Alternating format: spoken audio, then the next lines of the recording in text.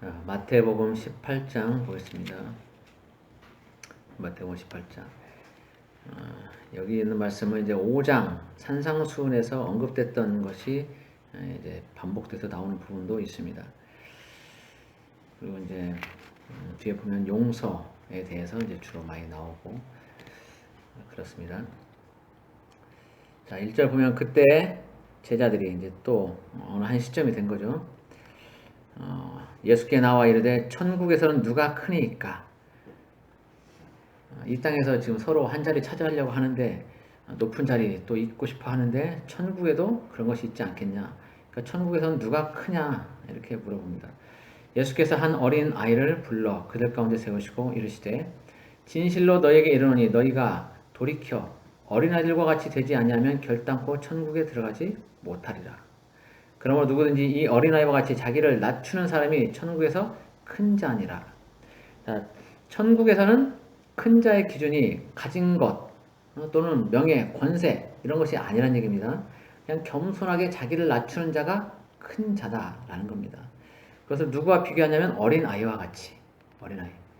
어른들은 막 이렇게 높아지려고 하고 뭔가 가지려고 그러지만 어린아이들은 순수합니다. 그래서 어른들이 시키는 대로 잘 따라오고 물론 안 그런 아이들도 있어요. 근데 대부분 어린아이들은 잘 따라오고 순수해서 자기를 막 드러내려고 그러는 것은 없습니다. 그래서 어린아이처럼 그렇게 낮아지지 않으면 겸손하지 않으면 천국에서 큰 자가 되지 못한다. 자기를 낮추는 사람이 천국에서 큰 사람이다 라고 말씀하세요. 그래서 누가 그랬죠? 첫째도 겸손, 둘째도 겸손, 셋째도 겸손이라고 그렇게 얘기했었죠. 5절 보면 또 누구든지 내 이름으로 이런 어린아이 하나를 영접하면 곧 나를 영접함이니 자기를 낮추는 사람, 겸손한 사람, 이런 사람 설령 그 사람이 어린아이라 할지라도 그런 사람을 영접하면 곧 예수님을 영접하는 것이다. 내 이름으로 라는 말은 나를 위하여 라는 말로도 해석이 됩니다. 그러니까 예수 그리스도 이름으로 이 사람을 영접합니다. 이 사람을 축복합니다. 이 사람을 섬깁니다 할 때 그 섬기는 것이 그 사람을 위한 것이 아니라 사실은 예수님을 위한 거라는 거죠. 그게 예수님이 그 사람의 모습으로 나타날 수도 있다는 거예요. 그렇기 때문에 그 사람을 위해서 하는 것은 곧 예수님을 위해서 하는 것이다. 예수님의 이름으로 그 사람에게 베풀지만 곧 예수님을 위해서 하는 것이다 라는 겁니다. 그래서 누구든지 나를 믿는 이 작은 자 중 하나를 실족해 하면 차라리 연자맷돌이 그 목에 매달려 깊은 바다에 빠뜨려지는 것이 나으니라. 여기서는 나를 믿는이 이제 포인트가 됩니다. 나를 믿는. 누구나 다가 아니라 예수 그리스도를 믿는 사람 중에서 이제 하나를 실족하게 하면 문제가 된다 그런 얘기예요. 일반인들에 대해서 실족하고 그런 것은 언급하지 않습니다. 근데 하나님을 아는 사람, 하나님을 겸손하게 섬기는 사람, 그리고 어린아이 같이 순수하게 하나님을 따라가는 그런 사람, 그런 사람들이 있는데 그런 사람들 중에 믿음이 약한 사람들이 있어요. 견고하게 단단한 것을 먹을 수 있는 사람이 있는가 하는 반면에 이제 막 초신자 아니면 오래되어서도 신앙이 어린 사람들이 있단 말이죠. 그런 어린 사람들, 그런 사람들은 실족하기가 쉬워요. 상처 입기도 쉽고. 그래서 누군가 교인들이 성도들 중에서 말 한마디 잘못하면 그 사람이 실족해서 교회를 떠나버리고 또 심지어 하나님을 영원히 떠나는 경우도 있어요. 교회에서 파벌이 생겨서 싸우는 경우들. 예전에 그렇게 이제 전문적으로 돌아다니는 사람들이 있어요. 전문적으로. 몇 명이 모여가지고 교회 침투에 들어가서 처음에는 정말 모든 성도들에게 잘해주고 마치 간이라도 빼줄 것처럼 그렇게 하고 심지어 목사님 가정에 가서도 냉장고 열어보고 필요한 것도 다 채워주고 목사님 용돈 하세요 하면서 주고 그런단 말이에요. 그러다가 어느 날 갑자기 배신을 때리면서 목사님을 대적하고 그리고는 자기들이 높아지려고 하는 교회를 두동강 늘려는 그런 사람들이 있어요. 의도적으로 그렇게 침투하는 사람들이 있어요. 그런 사람들이 침투하게 되면 이제 교회 내에서 상처받는 사람들이 많아집니다. 그래서 교회를 떠나게 되는 사람도 많이 생기고 설령 그렇지 않더라도 이제 그런 사람 전문적으로 하는 사람들이 아니더라도 우리들 간에 서로 얘기하다 보면은 서로 마음에 상처 주는 얘기들 하게 돼요. 막 시기 질투 생기기도 하고 미움이 생기기도 하고 그래서 다른 사람에게 상처 주는 말도 행동도 하게 됩니다. 그런데 문제는 그 상대방이 그 말을 받는 상대방이 실족하는 사람이 어린아이일 때, 예수를 믿는데 어린아이일 때는 그게 이제 데미지가 크다는 거예요. 그래서 그런 경우에는 조심하라고 지금 말씀하시는 거예요. 나를 믿는 이 작은 자 중 하나, 이 작은 자라는 것은 믿음이 연약한 사람을 말한다고 보면 돼요. 예수를 믿는 작은 자, 믿음이 연약한 자, 그런 사람 중에 하나를 실족하게 하면 차라리 연자 맷돌이 그 목에 달려서 깊은 바다에 빠뜨려지는 것이 낫다. 연자 맷돌은 그냥 우리 옛날 어른들이 갈던 손 맷돌이 아니에요. 이 짐승들, 소나 말이 끄는 큰 맷돌을 얘기하는 겁니다. 삼손이 눈이 뽑혀가지고 연자 맷돌을 돌려요. 큰 거예요. 그런 걸 얘기하는 겁니다. 그래서 그걸 목에다 메고 빠지면 나올 수 있어요? 못 나와요. 그게 낫다는 거예요. 차라리 그냥 그렇게 해서 깊이 들어간 게 낫다. 믿는 자 중에 하나를 실족하게 하면 차라리 그렇게 해서 죽는 것이 낫다. 실족 안 시키는 것이 좋다는 거예요. 실족하지 않게 하는 게 좋다. 실족하게 하지 마라. 믿음이 연약한 자를 잘 돌봐라. 그런 얘기입니다. 그런데 실제로 보면 실족하게 하는 일들이 있음으로 말미암아 세상에 화가 있도다. 실족하게 하는 일이 없을 수는 없으나 실족하게 하는 그 사람에게는 화가 있도다. 이렇게 말해요. 이 실족한다는 말이 계속 나오는데 실족한다는 것은 그전 성경에 보면 걸려 넘어지게 한다는 그런 말로 해석을 하고 있어요. 걸려 넘어지게 한다. 이것은 의도적으로 덫을 놓아가지고 그 덫에 빠지게 해서 그 사람을 멸망하게 만드는 그런 걸 얘기하는 겁니다. 근데 그런 실족이 있는 반면에 또 불의 중에 하는 실족도 있단 말이죠. 내가 한 의도는 그게 아닌데 상대방이 받아들일 때는 그걸 잘못 받아들여서 그 사람이 실족하는 경우도 있어요. 여러 가지 경우가 있긴 한데 어쨌든 실족하는 일이 없을 수는 없다는 거예요. 있긴 있는데 의도적이든 의도적이지 않든 있긴 있는데 그걸로 말미암아 화가 있다는 거예요. 앞에 나오는 화, 그러니까 세상에 화가 있도다. 이 화는 당하는 사람의 입장이에요. 실족해 되는 사람. 누군가 나를 실족해서 내가 상처를 입게 되잖아요. 그러면 내가 화를 입는 거죠. 화를 당하는 거예요. 앞에 나오는 실족하게 하는 일들이 있으면 말미암아 세상에 화가 있도다. 이것은 당하는 사람, 수동적으로 걸려 넘어지게 되는 사람, 그런 사람을 얘기하는 겁니다. 그리고 그 다음에 나오는 실족하게 하는 일이 없을 수는 없으나 실족하게 하는 그 사람에게는 화가 있도다. 이 두 번째 여기 나오는 화는 실족하게 하는 그 사람, 그러니까 능동적으로 누군가를 꼬여서 덫에 걸리게 하고 그래서 사람을 멸망하게 만드는, 하나님을 떠나게 만드는 그 사람에게는 화가 있다는 거예요. 이 화는 능동적으로 하는 사람, 덫에 걸리게 만드는 그 사람. 그 사람은 나중에 하나님으로부터 영원한 심판을 받고 영원한 형벌을 받게 된다는 거예요. 그게 화라는 거예요. 그래서 앞에 화와 뒤에 화는 좀 다릅니다. 그리고 뒤에 화, 실족하게 하는 그 사람에게는 화가 있도다 할 때 그 실족하게 하는 거기에는 생략이 되어 있는 게 의도적으로 라는 말이 생략됐다고 보면 돼요. 의도적으로 실족하게 하는 그 사람에게는 화가 있다는 거, 심판이 있다는 거, 하나님의 심판이, 영원한 심판. 그래서 실족을 당하는 사람도 어려움이 있지만 그러나 실족하게 하는 그 사람에게는 정말 크나큰 심판이 있다라는 것들을 얘기하고 있어요. 자, 그리고 이제 우리가 잘 아는 말씀이 이제 또 나옵니다. 8절에 보면 만일 네 손이나 네 발이 너를 범죄하게 하거든 찍어내버리라. 장애인이나 다리 저는 자로 영생에 들어가는 것이 두 손과 두 발을 가지고 영원한 불에 던져지는 것보다 나으니라. 만일 네 눈이 너를 범죄하게 하거든 빼어내버리라. 한 눈으로 영생에 들어가는 것이 두 눈을 가지고 지옥불에 던져지는 것보다 나으니라. 이것은 이제 마태복음 5장 29절에서 30절까지의 내용, 산상수훈에 나오는 그 내용의 반복이라고 보면 돼요.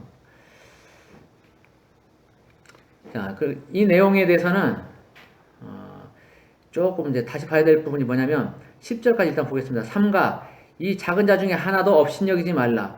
너희에게 말하노니 그들의 천사들이 하늘에 계신 내 아버지 얼굴을 항상 배옵느니라.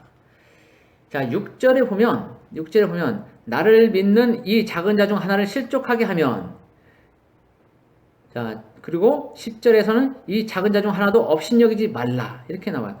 그러니까 이 작은 자 중 하나를 실족하게 하지 마라. 라고 말하고 있고, 그 안에 지금, 여러 가지 실족하는 일들이 있는데, 거기에 이제 구체적으로 네 손이나 네 발이 범죄하게 하든, 또 네 눈이 범죄하게 하든 이렇게 나온단 말이에요. 그러면 이 말은 무슨 얘기냐면, 실족하게 하는 일을 하지 마라라는 거예요.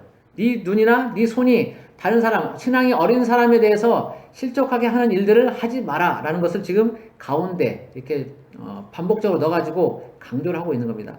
내 손이 다른 사람을 실족하게 할 수 있고 내 발이 다른 사람을 실족하게 할 수 있다. 내 눈이 할 수 있다. 내 입이 할 수 있다. 이런 얘기예요. 지금 여기서는 지금 손이나 발, 그 다음에 다리 뭐 이런 것들 나오지만 눈, 우리 모든 기관들, 생각들까지도 해서 모든 것들이 다른 사람을 실족하게 하는 데 사용될 수 있다는 거예요. 그러면 그것들을 처단하라 이거예요. 잘라내라. 다른 사람, 신앙이 어린 사람 실족하게 하느니 차라리 네 손과 발을 잘라내버려라. 그런 얘기예요. 네 혀를 자르고 네 눈을 빼내고 이렇게 하는 거죠. 네 다리를 자르고. 근데 만약 진짜 그렇게 하면 월정이 걸어다니는 사람이 있을까요? 월정이 걸어다니는 사람. 우리 입으로 범죄 아니한 사람 누가 있어요? 다른 사람 뒷담화 안 하고 다른 사람 욕 안 해본 사람 누가 있어요? 발길질 해보기도 하고 다른 사람 때리기도 하고 눈으로 찡그리면서 다른 사람 미워하는 그런 표정도 하고. 우리는 이 말대로 하면 살아남을 사람이 하나도 없어요. 다 눈 뽑고 다니고 손, 발 다 자르고 다녀야 돼요. 입도 다 꼬매고 다녀야 되고.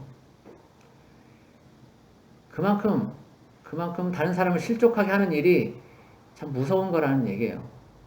여기에는 이제 자기가 스스로 범죄하는 그런 것도 포함이 되지만 그거는 이제 마태복음 5장에서 하는 얘기고, 지금 여기 18장에서 나오는 이 부분들은 다른 사람을 실족하게 하는 그런 부분에 내가 내 어떤 몸의 어떤 부분들이 사용됐을 때는 차라리 그것들 잘라내라 그런 얘기예요. 그런데 그 깊은 의미는 실제 잘라내서 우리가 살 수가 없으니까 그만큼 심각하니까 조심하라는 거예요.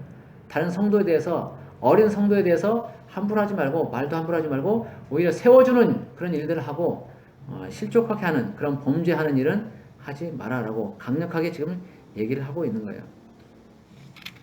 그러니까 범죄하게 하거든 이 말은 만일 네 손이나 네 발이 널 범죄하게 하거든 이 말은 네가 네 손과 발로 다는 형제 자매들을 실족하게 만들거든, 그런 얘기로 보시면 됩니다. 그래서 다른 사람과의, 특히 신앙이 어린 성도들과의 관계에 있어서는 말이나 행동이 굉장히 조심스러워야 된다, 조심해야 될 필요성이 있다라고 얘기를 하고 있습니다. 자, 그리고 이제 10절에 보면 삼가 이 작은 자 중 하나도 업신여기지 말라라고 말하는데 계속 이어지고 있는 거죠. 너에게 말하노니 그들의 천사들이 하늘에 계신 내 아버지 얼굴을 항상 배우느니라. 그러니까 그 옆에 있는 천사들이, 어린 자의 천사들이 되어진 일들, 실족해 된 일들을 하나님께 보고한다는 거예요. 그러면 하나님이 그 보고받은 내용을 가지고 그 실족해 한 사람, 그 사람을 심판하신다는 거예요. 그러니까 항상 하나님께 보고가 되고 있으니까 다른 사람 실족하게 하는 일, 힘들게 하는 일, 그런 일들을 하지 마라. 항상 우리 옆에는 천사가 기록하고 있다. 그리고 보고가 되고 있다라는 거예요. 자, 그리고 11절은 없음으로 되어 있는데 누가복음 19장 10절 내용이 거기에 사실은 들어가 있어요. 다른 성경에 보면, 다른 번역본에 보면 인자가 온 것은 잃어버린 자를 구원하려 함이니라, 이런 말씀이 있습니다. 그러면서 12절 내용이 쭉 이어지는 거죠. 그러니까 하나님이 잃어버린 자를 찾아서 오셨다. 너희 생각에는 어떠하냐? 만일 어떤 사람이 양 100마리가 있는데 그 중에 하나가 길을 잃었으면 그 99마리를 산에 두고 가서 길 잃은 양을 찾지 않겠느냐? 진실로 너희에게 이르노니 만일 찾으면 길을 잃지 아니한 99마리보다 이것을 더 기뻐하리라. 이와 같이 이 작은 자 중에 하나라도 잃는 것은 하늘에 계신 너희 아버지의 뜻이 아니니라. 지금 이제 계속 실족해 하는 일과 관련돼서 지금 얘기를 하고 있죠. 그래서 잃어버리는 것, 이 작은 자 중 하나라도 잃는 것은 하늘에 계신 아버지의 뜻이 아니다. 그러니까 다른 사람에 대해서 실족해서 그 사람이 예수님을 하나님을 떠나게 되면 그건 하나님의 뜻이 아니라는 거예요. 오히려 한 영혼을 구원하는 것이 하나님의 뜻이다. 잘 세워질 수 있도록 서로 보듬어 가라, 그런 얘기입니다. 근데 여기서 지금 한 마리 양을 잃어버렸는데 99마리를 두고 한 마리를 찾으러 갑니다. 그러면 어떤 사람은 또 삐딱한 사람은 그렇게 생각할 수도 있어요. 그러면 99마리는 내버려 두고 그냥 방치하고 간 거냐, 이렇게 물어보는 사람이 있어요. 그거 아니라는 거죠. 마음이 그 잃어버린 양에게 간다는 거예요. 그만큼 그 잃어버린 양에 대해서 안타까워하는 마음, 애통해하는 마음, 걱정하는 그런 마음을 얘기하는 거예요. 한 영혼이라도 더 구원받기를 원하는 그 마음을 이렇게 표현한 거죠. 99마리를 방치하고 찾으러 갔다 그런 얘기가 아닌 거예요. 그만큼 하나님 아버지의 마음을 이렇게 나타내 주는 거죠. 아버지의 뜻은 모든 사람이 영생을 얻는 것이라고 그렇게 디모데전서 2장 4절에서 얘기를 하고 있어요. 그리고 베드로서 3장 9절에서는 아무도 멸망하지 않고 다 회개하기에 이르기를 원한다라고 이렇게 말씀하고 있습니다. 그것이 아버지의 뜻이에요. 한 영혼이라도 더 구원받는 것. 그래서 실족해서 그 영혼이 하나님으로부터 떨어져 나가면 하나님은 굉장히 슬퍼하신다.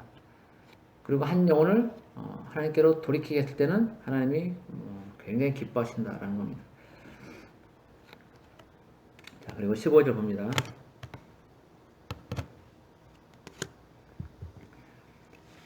네 형제가 죄를 범하거든 가서 너와 그 사람과만 상대에 권고하라. 만일 들으면 네가 네 형제를 얻은 것이요. 이 부분에 대해서 이제 그 어떤 형제 범죄했을 때 대처하는 방법들에 대해서 이제 얘기를 하고 있는데, 그러면서 어떤 교회 권세에 대해서도 얘기를 하고 있어요. 교회 권세. 형제가 죄를 범하면 일단 1대1로 얘기해서 그 형제에게 권면하라는 거죠. 너 이런 잘못이 있으니까 거기에 대해서 회개해라 라고 권면을 하는 거예요. 그런데 안 듣습니다. 그러면 16절 만일 듣지 않거든 한두 사람을 데려가서 두세 증인의 입으로 말마다 확정하게 하라. 그러니까 1대1로 그 사람과 대면해가지고 말을 안 들으면 이제 한두 사람 더 데려가서 증인이 두세 명 정도 되게 만들어서 그 사람과 말하는 과정 속에 그 모든 말들을 확증하게 하라는 거죠. 증인이 되게 하라는 거예요. 증인. 근데 그렇게도 안 들으면 17절 만일 그들의 말도 듣지 않거든 교회의 말하고 교회의 말도 듣지 않거든 이방인과 세리와 같이 여기라. 최종적으로 교회의 말에서 교회가 그걸 판단하게 하라는 겁니다. 그러니까 개인이 있고 그 다음에 두세 증인이 있고 그 다음에 교회가 최종적으로 판단하게 되는 거예요. 순서. 어떤 사람이 잘못하게 되면 이런 절차를 밟아서 권면을 하게 된다는 거죠. 그리고 최종적으로 교회에서 권면했는데도 안 들으면 그냥 이방인같이 세리같이 여기라는 거예요. 교회 더 이상 하나님의 백성과 상관이 없는 그런 사람으로 이제 취급을 하라는 거죠. 그러면서 뭘 얘기하냐면 18절에 교회의 권세에 대해서 지금 얘기하는 거예요. 진실로 너에게 이르노니 무엇이든지 너희가 땅에서 매면 하늘에서도 매일 것이요 무엇인지 땅에서 풀면 하늘에서도 풀리리라. 이 얘기를 지금 지난 마태복음 16장 19절에서 예수님이 베드로에게 하셨던 그 말씀 가운데 있는 말씀 지금 반복하고 있는 거예요. 그런데 거기서는 마치 베드로 위에 교회를 세우겠다라고 말씀하신 것처럼 오해될 수도 있지만 분명히 설명했었죠. 페트로스하고 페트라 얘기를 했어요. 베드로는 페트로스고 그 다음에 이 반석 위에 교회를 세운다 할 때는 페트라라고 해서 움직일 수 없는 사람이 움직일 수 있는 거대한 반석을 얘기한다고 그랬고 그 반석이 예수 그리스도라고 얘기를 했었습니다. 그런데 이제 여기서 보면은 그 의미가 명확히 나와요. 예수 그리스도 위에 교회를 세운다라는 것이 분명히 나오는데 18절 진실로 너희에게 이르노니 이렇게 말하고 있어요. 베드로 한 사람이 아니고 너희에게 이르노니 제자들 모두를 얘기하는 겁니다. 교회 모두를 얘기하는 거예요. 교회 소속된 모든 지체들에 대해서 얘기를 하는 겁니다. 교회에 있는 너희에게 말한다. 그러니까 너희가 땅에서 매면 하늘에서도 매고 교회 너희가 무엇이든지 땅에서 풀면 하늘에서도 풀린다라고 말하고 있는 겁니다. 그래서 교회의 권세에 대해서 얘기하는 거예요. 교회가 최종적으로 모든 것을 판단할 수 있는 권세가 있다. 그것이 교회에서 매면 매이고 교회에서 풀면 풀리고 그렇게 된다는 거죠.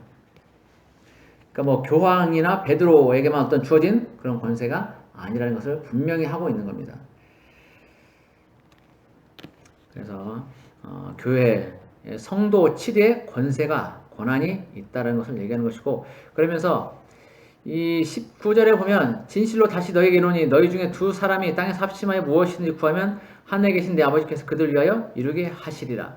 이 말씀은 마치 동떨어진 것처럼 그렇게 생각되지만 교회가 합심을 하는 중보 기도를 얘기하는 겁니다. 교회가 지금 그 세리와 이방인과 세리와 같이 여기게 되는 그 사람이 있어요. 말을 안 들어서. 근데 교회에서 그 사람과 또는 어떤 사람에 대해서 중보 기도를 계속 하게 되면 그 기도를 하나님이 들으신다는 거예요. 교회에서 이루어지는 두세 사람의 이름으로 또는 더 많은 사람이 있기도 하겠죠. 그러나 최소한 어쨌든 두 사람이 땅에서 합심해서 교회가 중보를 하게 되면 하나님이 그것들을 들어주신다는 거예요.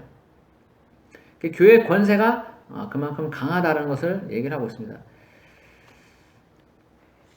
두세 사람이 내 이름으로 모인 곳에는 나도 그들 중에 있다. 예수님께서 교회를 세우셨고 그 교회 가운데 하나님이 함께 계신다. 동행하신다라는 것들을 얘기하고 있어요. 그래서 교회는 성도들 위해서 또 중보가 필요한 사람들 위해서 대신 회개하기도 하고 또 대신 그 영혼이 잘 되도록 계속적으로 중보를 할 필요성이 있는 겁니다. 그렇게 교회 권세에 대해서 얘기를 하고 있고 그 다음에 21절부터는 이제 용서에 대해서 얘기를 하고 있습니다. 용서. 자, 그때 또 이제 한 사건이 있는 거죠. 베드로가 나와 이르되 주여 형제가 내게 죄를 범하면 몇 번이나 용서해 주리까? 7번까지 하오리까? 이 내용을 제가 자주 인용을 하죠. 자주 인용하는데 베드로는 자기가 이제 칭찬받을 것이라고 생각을 했던 거예요.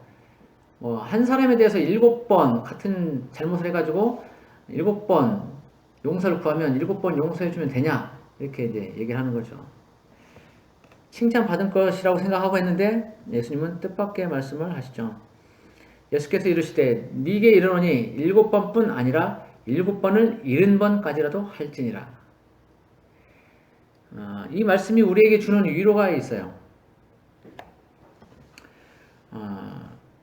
70번씩 7번씩 7번을 70번까지 한다면 490번이라고 그랬죠. 490번 7 곱하기 70. 그러면 한 사람이 나에게 잘못을 할 때 490번을 잘못할 수 있을까요? 490번. 그냥 이 숫자만 가지고 한 사람이 나에게 잘못을 하는데 나에게 490번의 잘못을 할 수 있냐고. 동일한 잘못. 설령 뭐 조금 다른 잘못이라도 불가능할 거예요. 불가능해. 490번이라는 숫자. 우리는 그냥 그 한 사람이 나에게 잘못을 하게 되면 계속적으로 반복적인 잘못을 하게 되면 쟤 왜 저래? 그러면서 한 두세 번 그런 일이 반복되면 아마 꼴도 안 볼 거예요. 말도 섞기 싫고 그래서 용서라는 것은 생각지도 못할 겁니다. 그런데 490번을 잘못한 사람이 있다는 거죠. 그러면 그를 490번을 또 용서해 주라는 거예요. 이게 무슨 얘기냐면 하나님이 우리에게 주시는 메시지예요. 사람은 하나님을 실현을 하지 않아요. 하나님을 실현하지 않고 하나님을 지킬 수 없는 것을 말씀하지 않아요. 이렇게 말씀하신 것은 우리가 우리 서로에 대해서 이만큼 용서할 수 없지만 그러나 그렇게 용서해라. 그런 것처럼 나도 너희들을 그렇게 용서한다라는 거예요. 반복적인 죄, 거듭 짓는 죄, 알면서도 어떤 유혹이나 욕심에 이끌려서 계속적으로 반복으로 짓는 죄가 있다는 거예요. 그런 죄를 지을 때 490번 아니라 더한 거라도 내가 용서해 주겠다는 거예요. 이 말씀은 요한일서 1장 9절 말씀에 근거하는 거예요. 만일 너희가 너희 죄를 자백하면 자백이에요. 이건 자백. 하나님은 미쁘시고 의로우사 우리 모든 죄를 사하시고 모든 불에서 우리를 깨끗하게 하신다. 그러니까 우리는 자백만 하면 돼요. 회개는 예수 믿을 때 회개하면 돼요. 예수 믿을 때 돌이키는 거예요. 180도 돌이킨다고 그랬죠. 그러니까 사단에게 끌려가서 사단의 종으로 살던 그 삶에서 돌이켜서 주님께로 나오는 것이 회개예요. 그래서 회개는 가장 크게 한 번만 이루어진다고 보면 돼요. 첫 번째 예수 믿을 때 회개하는 그 회개가 진정한 회개라고 보면 돼요. 우리는 중간중간에 죄를 자복하는 것도 회개라고 말하지만 그러나 진정한 의미의 회개는 딱 한 번이에요. 세상 사람으로 살다가 사단에게 매여 살다가 예수님께로 돌이키는 것 180도. 그게 진정한 회개가 되는 겁니다. 그리고 그 뒤에 짓는 죄들은 이제 자백하기만 하면 되는 거예요. 회개가 아니라 그냥 자백하면 돼. 요한일서 1장 9절에 분명하게 말씀하고 있어요. 자백하면. 회개하면이 아니라 자백하면. 그래서 반복적인 죄를 짓게 되더라도 주님 제가 이런 죄를 지었습니다 라고 계속적으로 주님 앞에 내 죄를 시인하고 주님 앞에 낮아지고 그렇게 되면 주님은 그때마다 용서하신다는 거예요. 그때마다. 아무리 490번 아니라 1000번을 계속적으로 반복해서 지었다 하더라도 용서하신다는 거예요. 그래서 주님은 이 말씀을 하시는 거예요. 7번을 70번까지라도 그렇게 용서해라. 너희가 그렇게 할 수 있겠냐? 못하지? 그러나 해라. 나도 너희들을 그렇게 용서한다. 그래서 내가 십자가에 죽는다는 거예요. 예수님은 우리의 형벌까지도 다 담당하셔요. 형벌까지도. 이 용서의 의미는 하나님이 용서한다는 의미는 형벌까지도 다 용서한다는 거예요. 구약시대는 죄를 지으면 그 대가를 반드시 받게 돼 있어요. 받게 돼 있다고. 그 즉시로 또는 얼마 지나서라도. 근데 신약은 달라요. 신약시대는 예수님이 지옥에 가서 지옥 형벌까지도 내 대신 다 담당하셨다는 거예요. 그래서 우리가 주님께 어떤 죄를 지었습니다라고 자복하게 되면 우리는 그 형벌을 두려워하지 않아도 돼요. 형벌까지도 주님이 다 받으셨기 때문에 다 용서하시는 거예요. 형벌까지도 다 면하시는 거예요. 그렇기 때문에 죄를 짓게 되면 진정한 마음으로 주님 제가 이러이러한 죄를 지었습니다라고 자백하기만 하면 주님은 얼마든지 그것들을 용서하신다는 거예요. 그렇다고 해서 막 의도적으로 그걸 하라는 얘기는 아니죠. 의도적으로 죄를 짓고 또 자백하고 의도적으로 죄를 짓고 자백하고 이렇게 아니라 욕심에 이끌려서 또는 미혹에 이끌려서 짓게 된 죄, 반복적인 죄 이런 것들이 있어요. 우리 삶에 있을 수밖에 없어. 안 그렇습니까? 여러분들은 안 그런 것 같아요? 저만 그런가요? 우리 다짐하죠. 다른 사람에게 잘해주겠다고 또는 악한 말도 안 하겠다고 험담 안 하겠다고 또 기타 다른 것들 뭔가 결단하는 것들이 있어요. 그런데 그것을 다음에 보면 또 하고 있어요. 또 하고 있고 또 하고 있고 그래서 반복적으로 어떤 것들을 죄를 짓더라도 예수님은 얼마든지 용서하신다는 걸 단 자백하면 네가 숨기지 말고 내 앞에 그거 내놔라. 네 죄를 가지고 있지 말고 내 앞에 내놔라. 자백해라. 그러면 내가 용서해준다. 그 말씀을 지금 하고 있는 겁니다. 그래서 용서를 계속적으로 하라. 아니 계속 자백하라. 그러면 내가 용서해주겠다. 그리고 너희들 또 서로 간에 그렇게 용서해라 라는 거예요. 내가 너희를 위해서 십자가에 죽었고 너희의 모든 죄를 다 용서한 것처럼 너희도 서로 용서하라 라는 거예요. 그 한계가 어디까지냐면 도무지 할 수 없는 것까지 도무지 할 수 없는 것까지 하라는 거예요. 그 설명을 23절부터 35절까지 하고 있는 거예요. 여기에는 1만 달란트 빚진 사람과 100데나리온 빚진 사람 얘기가 나옵니다. 자, 23절. 그러므로 천국은 그 종들과 결산하려 하던 어떤 임금과 같으니 결산할 때 1만 달란트 빚진 자 하나를 데려오매 갚을 것이 없는지라 주인이 명하여 그 몸과 아내와 자식들과 모든 소유를 다 팔아 갚게 하라 하니 그 종이 엎드려 절하며 이르되 내게 참으소서 다 갚으리다 하거늘 그 종의 주인이 불쌍히 여겨 놓아 보내며 그 빚을 탕감하여 주었더니 자, 이 사람이 1만 달란트 빚졌는데 주인이 용서해 줍니다. 탕감해 줘요. 빚을. 1만 달란트라는 것은 1만 달란트는 우리 돈으로 지금 환산하면 한 5조 원, 6조 원 정도의 금액이에요. 상상이 되십니까? 안 되죠? 지금 당장 우리 수중에 100만 원, 1000만 원만 있어도 굉장히 부자인 것 같은데 조라는 단위는 우리 서민들에게서는 생소한 단어죠. 근데 그 정도 빚을 진 거예요.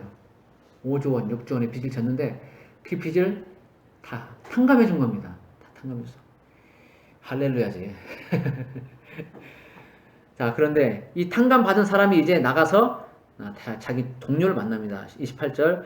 그 종이 나가서 자기에게 100데나리온 빚진 동료 한 사람을 만나 붙들어 옥을 쳤고 이르되 빚을 갚으라 하매 그 동료가 엎드려 간구하여 이르되 나에게 참아주소서 갚으리다 하되 허락하지 아니하고 이에 가서 그가 빚을 갚도록 옥에 가두거늘 그 동료들이 그것을 보고 몹시 딱하게 여겨 주인에게 가서 그 일을 다 알리니 이에 주인이 그를 불러다가 말하되 악한 종아 네가 빌기에 내가 네 빚을 전부 탕감하여 주었거늘 내가 너를 불쌍히 여긴 것 같이 너도 네 동료를 불쌍히 여김이 마땅하지 아니하냐고 주인이 노하여 그 빚을 다 갚도록 그를 옥졸들에게 넘기니라. 너희가 각각 마음으로부터 형제를 용서하지 아니하면 나의 하늘 아버지께서도 너에게 이와 같이 하시리라. 자, 100데나리온. 100데나리온은 우리 돈으로 환산하면 약 750만 원에서 1000만 원 정도의 돈이 됩니다. 자, 5조 원, 6조 원이 큽니까? 아니면 750만 원, 1000만 원이 큽니까? 비교 불가죠? 비교 불가. 당연히 5조 원 또는 6조 원의 돈이 훨씬 큽니다. 그럼 거기에 비하면 이 1000만 원 정도의 돈은 아무것도 아닌 거죠. 근데 이 5조 원의 돈을 탕감 받았으면서도 이 사람은 1000만 원 빚진 사람 만나가지고 멱살을 붙잡고 내 돈 내놔 이렇게 하는 겁니다. 그리고 없다고 그러니까 돈이 없어서 좀 기다려 달라고 갚겠다 기다려 달라 하니까 못 기다린다고 하면서 옥에 넣는 거죠. 감옥에 넣는 거예요. 이 얘기를 들은 이제 임금이 그 탕감 만 달란트 탕감 받은 사람을 이제 불러가지고 얘기를 하는 거죠. 내가 너 이만큼 다 용서해줬는데 겨우 그 1000만 원 그 용서 못하고 네가 옥에다 집어넣었어? 그래. 너도 한번 옥에 들어가 봐. 그리고 너 그거 다 갚을 때까지 그 옥에서 못 나와. 이런 거예요. 오죽은 어떻게 갚아? 죽을 때까지 이제 옥에 갇혀 있는 거죠. 뭘 얘기합니까? 이거는 용서를 얘기하는 거예요. 용서. 하나님이 우리에게 이 5조 원, 6조 원의 그런 죄가 있는데 그걸 다 탕감해 준 거예요. 예수의 피로. 우리가 도무지 감당할 수 없는 죄의 짐을 예수님이 다 탕감해 준 겁니다. 지옥 형벌을 예수님이 대신 받으면서까지 십자가 죽으시는 것까지 다 그렇게 하면서 우리의 모든 죄의 짐을 다 탕감해 준 거예요. 다 용서해 주신 거예요. 그만큼 하나님의 사랑이 엄청나게 크고 놀라운 거라는 걸 얘기하고 있어요. 그러니까 우리도 이제 다른 사람에 대해서 주님의 그 사랑을 생각하면서 다른 사람이 나에게 조그마한 허물이나 잘못이 있더라도 그것들을 들추거나 그에 대해서 원망하지 말고 용서해 주라는 거예요. 용서. 설령 490번을 나에게 와서 미안하다고 할지라도 잘못했다라고 할지라도 용서해 주라는 거예요. 크게 무한하게 용서해 주는 겁니다. 이 490번이 반드시 490번을 얘기하는 건 아니죠. 그럴지라도 더 할 수도 있다는 얘기예요. 더 할 수도. 그럼에도 불구하고 용서해 주라는 겁니다. 그래서 하나님이 우리를 용서해 준 것처럼 우리도 우리 주변에 있는 형제 자매들을 사랑하고 용서해 주는 것이 마땅하다라는 겁니다.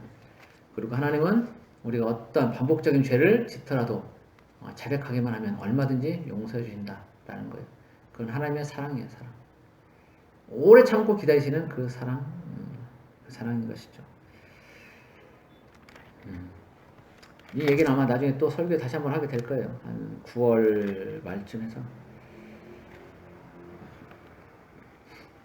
18장, 마태복음 18장은 이렇게 해서 이제 마무리가 됩니다. 그래서 전체적으로 보면 다른 사람을 실족하게 하는 일, 특히 어린 신자들을 실족하게 하는 그런 일들은 하지 마라. 나중에 분명한 심판이 있다라는 것이고, 교회의 권세가 크다. 교회에서 무엇이든지 구하면 하나님이 그 교회의 권세에 따라서 이루어 주신다라는 것이고, 그리고 하나님 우리를 엄청나게 많이 사랑하시고 용서하신다. 심지어 490번 아니라 더한 반복적인 죄를 짓더라도 자백하면 용서하시고 또 용서하신다. 오래 참고 기다리신다. 그러니까 우리도 서로 간에 용서하며 그렇게 살아야 된다라는 얘기를 하고 있습니다. 우리 각자에게 주시는 그런 메시지들이 있을 것입니다. 그것들을 잘 취하시고 우리 각자의 것으로 만드시고 그렇게 하나님의 나라를 이루어 가시기 바랍니다. 기도하겠습니다.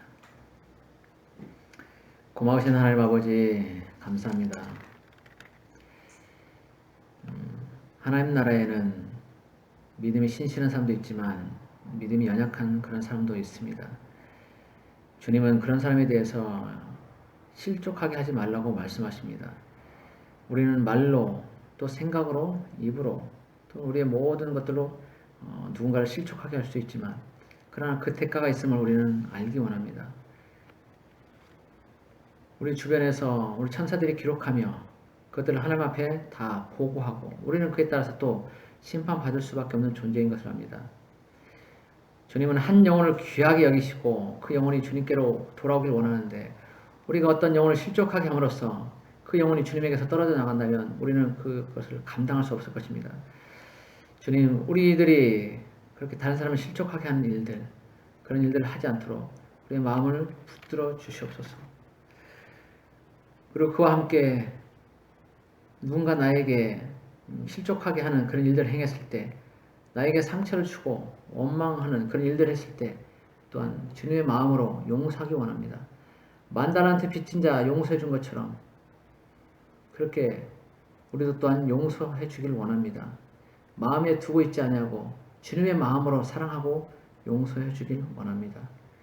하나님, 우리가 주님을 닮아서 더 주님 가까이 나아가는 주님의 거룩함에 이르는 그런 삶을 살아갈 수 있도록 도와주시길 원합니다.